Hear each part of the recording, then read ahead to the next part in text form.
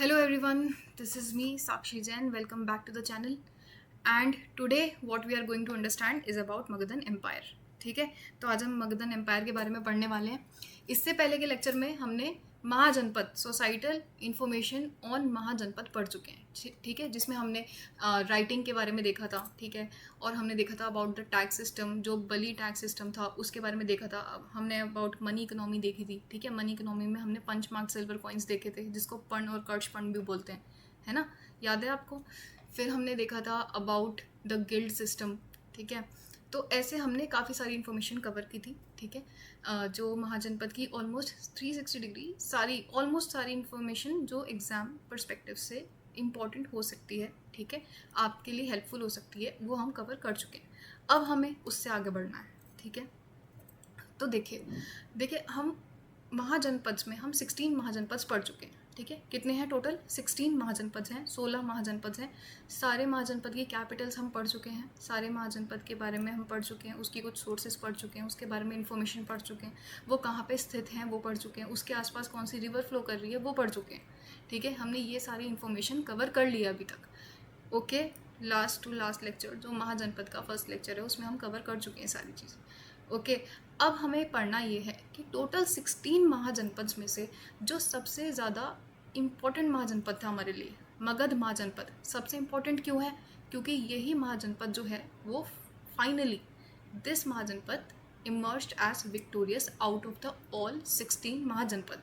ठीक है, तो क्यों है इम्पॉर्टेंट? क्योंकि यही विजयी रहा, इसने सारे महाजनपद को अपने अंदर जो है मिला लिया. ठीक है, मिक्स कर लिया एक तरीके से.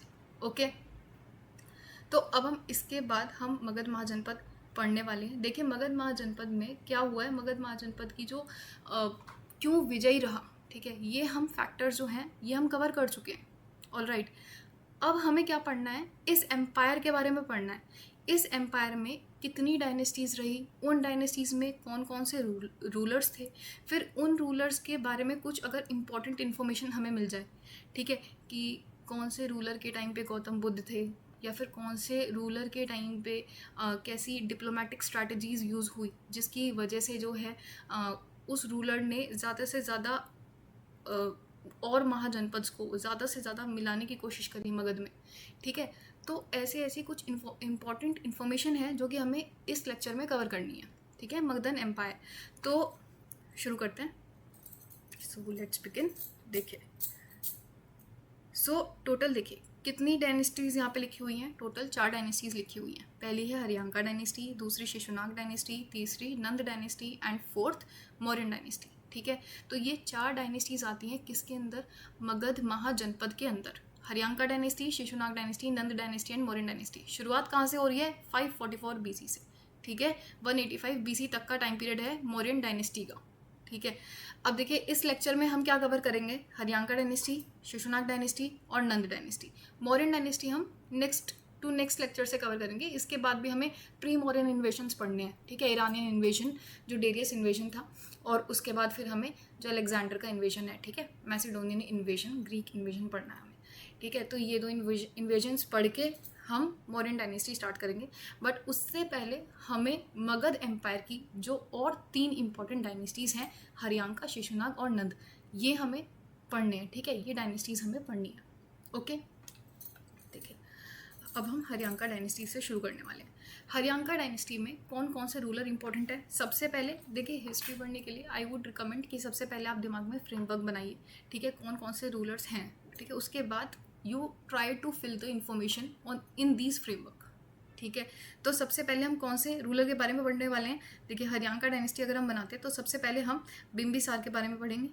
ठीक है, फिर हम पढ़ेंगे अबाउट अजातशत्रु जो बिम्बिसार के सन थे, और इनके बाद हम पढ़ेंगे किंग उदयन के बारे में. ठीक है, ये 3 इंपॉर्टेंट रूलर्स हैं हरियांका डायनेस्टी के जिनके बारे में हमें पढ़ना है. ओके, तो बिम्बिसार का टाइम पीरियड क्या है? 544 to 492 BC. He was the founder of Haryanka dynasty. देखिए अगर आपके पास क्वेश्चन आता है who was the founder of Haryanka dynasty, या फिर who was the founder of Magadha empire, ठीक है, मगधन एम्पायर, तो आप क्या बोलेंगे? बिम्बिसार. क्योंकि क्या है, बिम्बिसार कौन है? हरियांका डायनेस्टी के फाउंडर हैं, और हरियांका डायनेस्टी ही पहली डायनेस्टी है मगधन एम्पायर की. ठीक है, तो दोनों का आंसर बिंबिसार ही रहेगा, फाउंडर ऑफ हरियांका डायनेस्टी और फाउंडर ऑफ मगधन एम्पायर। ठीक है, नाउ नेक्स्ट हमें पढ़ना है कि जो बिंबिसार है he was a contemporary of Gautam Buddha. ठीक है, गौतम बुद्ध के कंटेम्प्रेरी कौन है? बिंबिसार। हम महाजनपद के साथ साथ सारी इंफॉर्मेशन पढ़ रहे हैं अभी। ठीक है, महाजनपद टाइम पीरियड पढ़ रहे हैं। पहले हमने महाजनपद के बारे में समझा, फिर हमने 2 रिलीजन्स के बारे में पढ़ा है, जैनिज्म एंड बुद्धिज्म। ठीक है, उसके बाद हमने सोसाइटल इंफॉर्मेशन पढ़ी है अबाउट महाजनपद। अब क्या है, क्योंकि देखिए गौतम बुद्ध, लॉर्ड महावीर, ठीक है, इसी टाइम पीरियड की ही बात है, लगभग महाजनपद टाइम पीरियड की ही बात हम पढ़ रहे हैं। तो हमें ये जानना है, हमें ये समझना है कि जो बिंबिसार है he was the contemporary of Gautam Buddha. ठीक है, हरियांका डायनेस्टी के जो फाउंडर हैं he was contemporary of Gautam Buddha. उनके टाइम पीरियड में गौतम बुद्ध थे, याद रखना इंपॉर्टेंट है। ठीक है, नेक्स्ट हमें पढ़ना है अबाउट द टाइटल सेनिया। ठीक है, तो बिंबिसार को ही टाइटल मिला हुआ है सेनिया। ठीक है, सेनिया वर्ड सेना। ठीक है, याद रखना।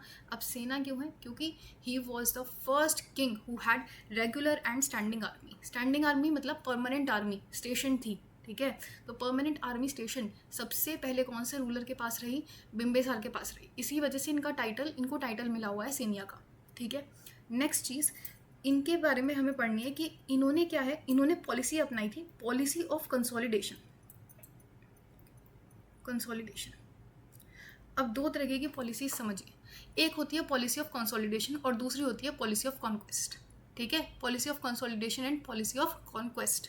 ठीक है, कंसोलिडेशन क्यों है? देखिए अगर ऐसा कोई टाइम पीरियड है कि जहाँ पे हमारे पास बहुत ज़्यादा रिसोर्सेज नहीं है लड़ने के लिए, हमारे से कोई स्ट्रॉन्ग एम्पायर और है, एग्जिस्ट कर रहा है, ठीक है, हम अभी उस पावर में नहीं है, तो हमें उस टाइम पीरियड में क्या करना चाहिए? ज़्यादा से ज़्यादा रिसोर्सेज गैदर करने की कोशिश करनी चाहिए, है ना? सही बात है।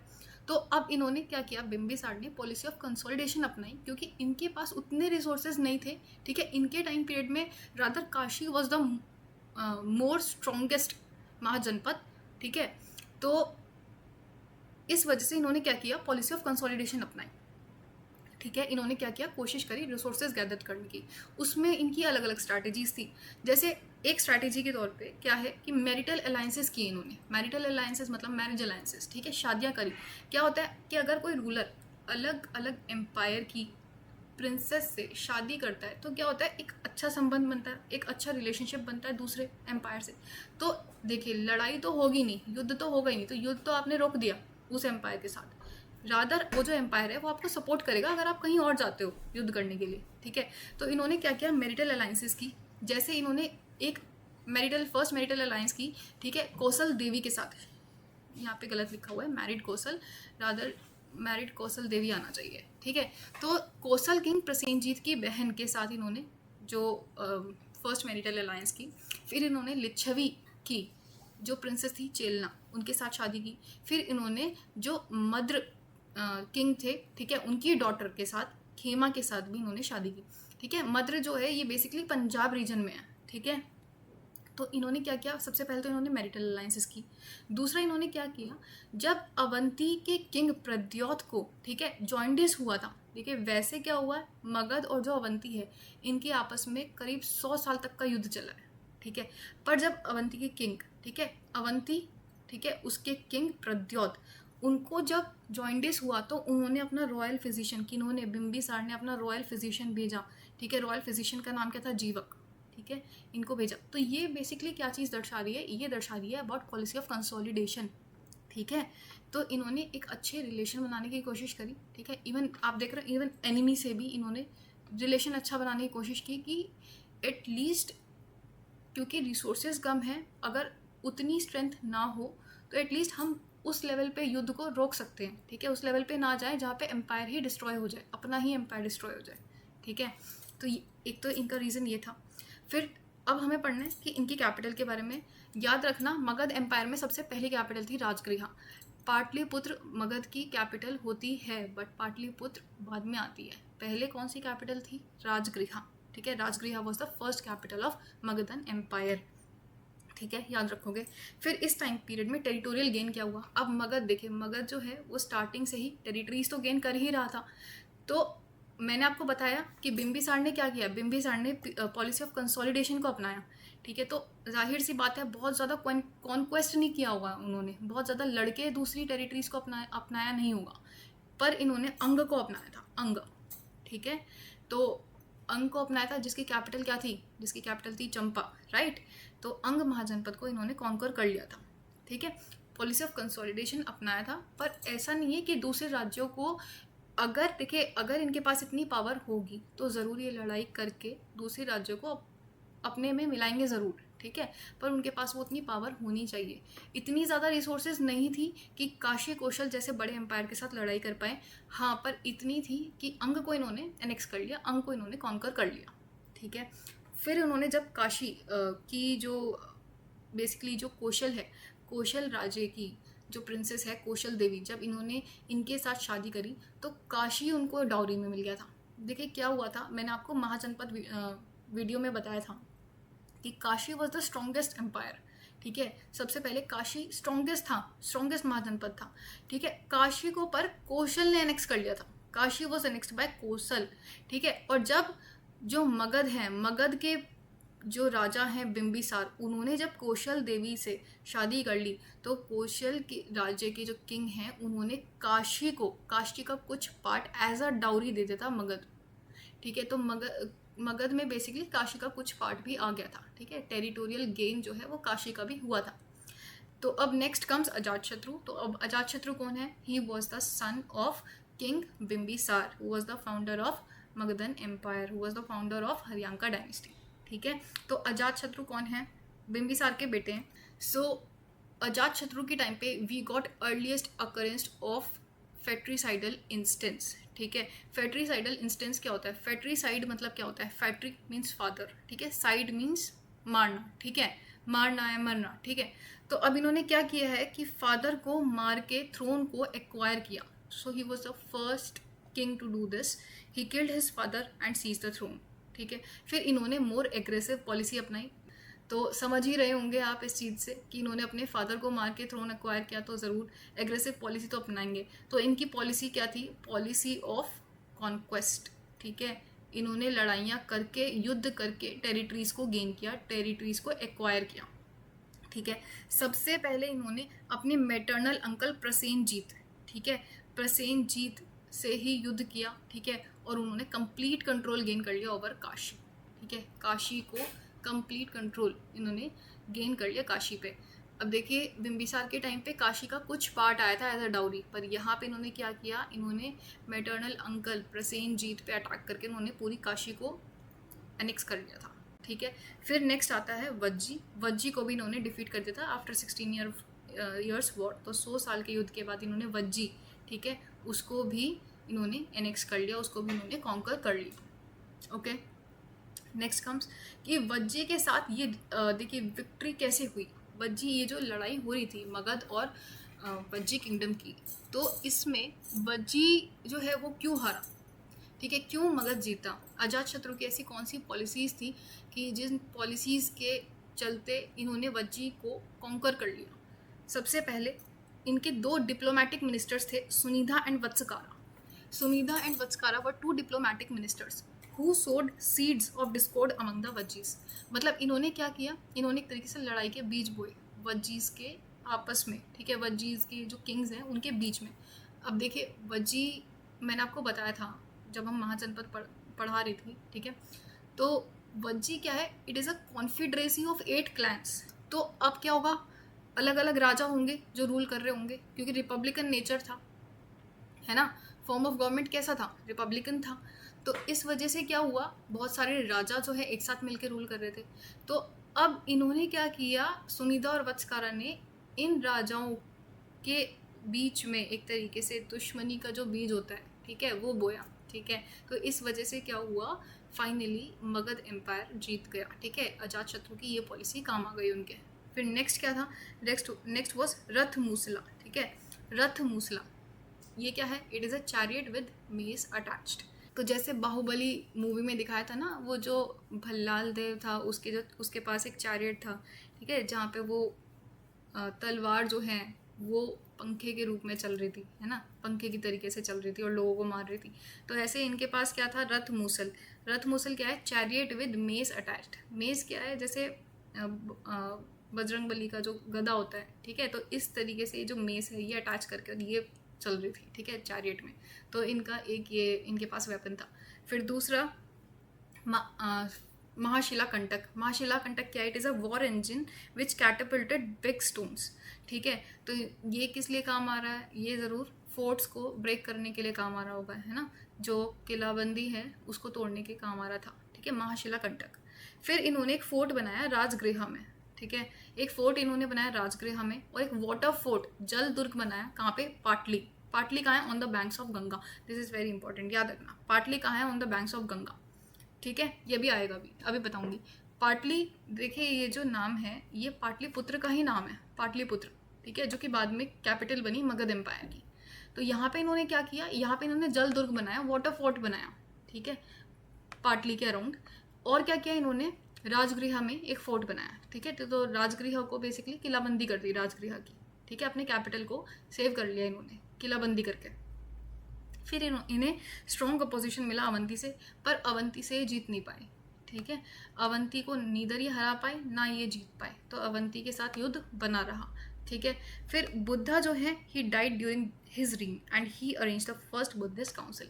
तो अजात शत्रु जो हैं, देखिए बिंबिसार के टाइम पे बुद्धा थे, अजात शत्रु के टाइम पे भी बुद्धा थे, तो अजात शत्रु के टाइम पे बुद्धा जो है उनकी डेथ हो गई थी। तो इस वजह से क्या हुआ? अजात शत्रु ने फर्स्ट बुद्धिस्ट काउंसिल जो है वो कन्वीन कराई, ठीक है। कहाँ पे कन्वीन कराई होगी? कैपिटल में करवाई होगी, और कैपिटल क्या है? राजगृह है। अब आपको याद हो गया होगा शायद, ये इतना तो पोर्शन याद हो ही गया होगा कि फर्स्ट बुद्धिस्ट काउंसिल कहाँ हुई? राजगृह में। करवाई किसने? रूलर कौन है? अजात शत्रु, ठीक है। और अगर आपको चेयरमैन याद हैं तो आप ज़रूर कमेंट सेक्शन में कमेंट करिएगा, ठीक है, क्योंकि ये बुद्धिज़्म वाली वीडियो में कवर हो चुका है।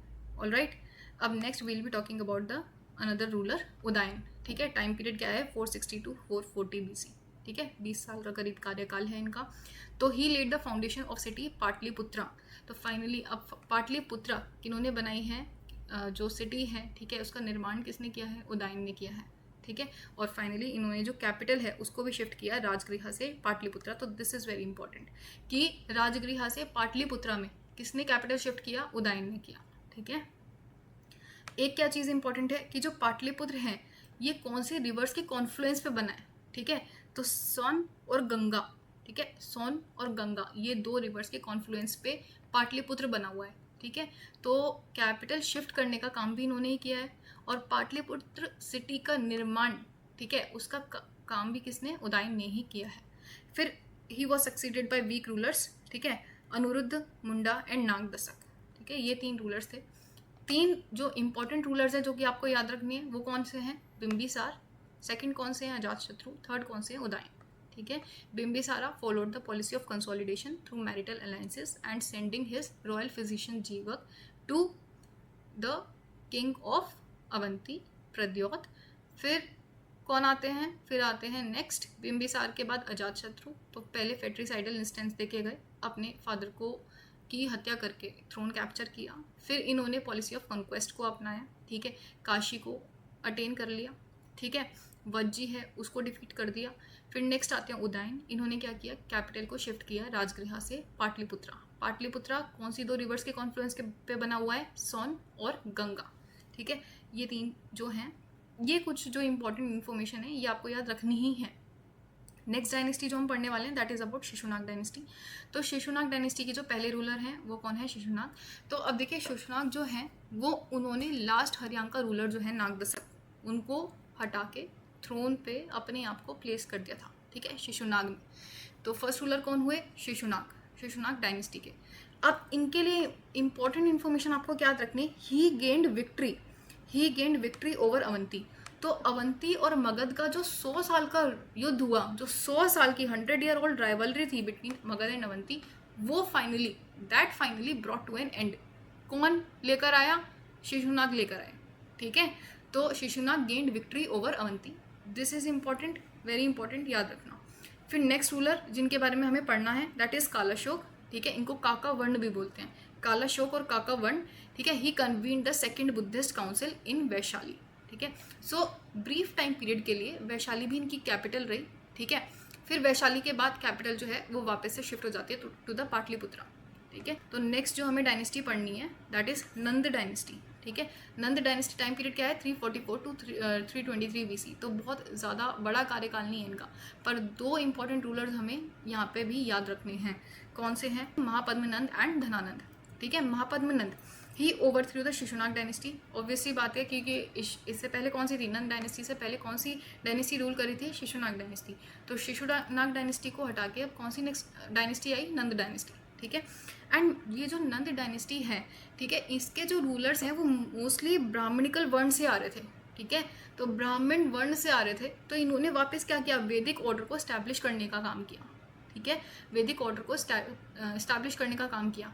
कैसे याद रखोगे? देखो, इन्होंने एक उपाधि ली, एक टाइटल लिया सर्वक्षत्रांतक का, ठीक है।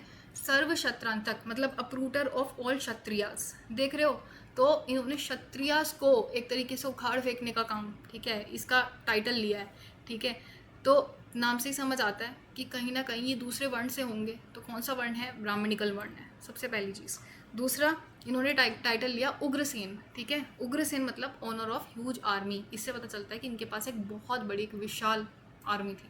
फिर इन्होंने एक टाइटल लिया एक राट, एक राट माने सोल मोनार्क, ठीक है, sole monarch. So he is often described as the first empire builder of Indian history, ठीक है। तो पहले empire builder of Indian history किनको बोलते हैं? महापद्मनंद, ठीक है। नेक्स्ट जो आते हैं, नेक्स्ट जो हैं रूलर दैट इज धनानंद। अब देखिए, he was the 8th son of Mahapadmananda. तो महापद्मनंद के टोटल जो 8 सन्स थे, उन्होंने 1 by 1 जो थ्रोन है उसको एक्वायर किया और मगध को रूल किया। तो जो लास्ट सन थे उनके, 8th सन जो थे, उनका नाम था धनानंद, ठीक है। और धनानंद को फाइनली हटा के, ठीक है, चंद्रगुप्त मौर्य जो हैं वो मगध में एज अ किंग प्लेस हुए एंड फाइनली मौर्यन डायनेस्टी वहाँ से स्टार्ट हुई। तो धनानंद स्टार्ट करते हैं कि धनानंद जो हैं उनके बारे में इंपॉर्टेंट इन्फॉर्मेशन क्या है। So Dhanananda possibly identical with names Agrammes and Xandrames, ठीक है, Agrammes and Xandrames of Greek text. तो ग्रीक टेक्स्ट में इनके बारे में लिखा गया है एग्रीम्स एंड जेंड्रेम्स। अब हमें क्या इसके बारे में याद रखना है कि अलेक्जेंडर का इन्वेजन इस टाइम पे हुआ था and he was overthrown by Chandragupta Maurya and Chandragupta Maurya then establish the Mauryan dynasty.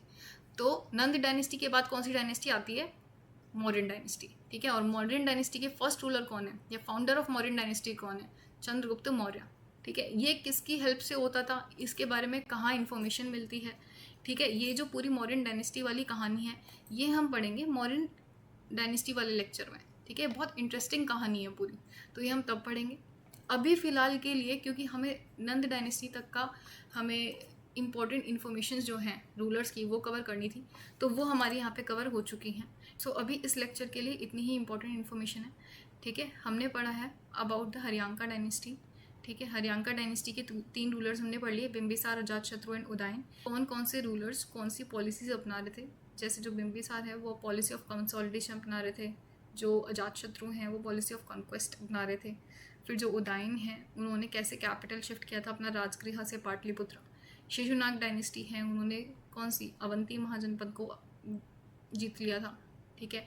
Kalashoka ने सेकंड बुद्धिस्ट काउंसिल कराई थी, कहाँ कराई थी? वैशाली में, बहुत इंपॉर्टेंट है। फिर नंद डायनेस्टी में हमने महापद्मनंद और धनानंद को पढ़ लिया है, ठीक है। तो ये मोस्टली इंपॉर्टेंट इन्फॉर्मेशन थी मगध महाजनपद के बारे में। मगध महाजनपद के भी ये 3 जो डायनेस्टीज़ पढ़ी हैं हमने उनके बारे में, ठीक है। अब नेक्स्ट हम इन्वेजन्स पढ़ेंगे। मौर्यन, देखिए मौर्यन एम्पायर स्टार्ट करने से पहले हमें 2 इन्वेजन्स पढ़ने हैं, ठीक है, जो एंशिएंट हिस्ट्री में सबसे पहले इन्वेजन्स जो माने जाते हैं, ठीक है। इरानियन इन्वेजन, डेरियस का इन्वेजन एंड सेकंड मैसिडोनियन इन्वेजन, ठीक है, ग्रीक इन्वेजन जिसको हम अलेक्जेंडर का इन्वेजन भी बोलते हैं, ठीक है। तो ये हम नेक्स्ट लेक्चर में पढ़ेंगे। अभी आज के लिए इतना ही। So if you have any doubts do ask them in the comment section. I will see you in the next lecture. Keep learning. Thank you.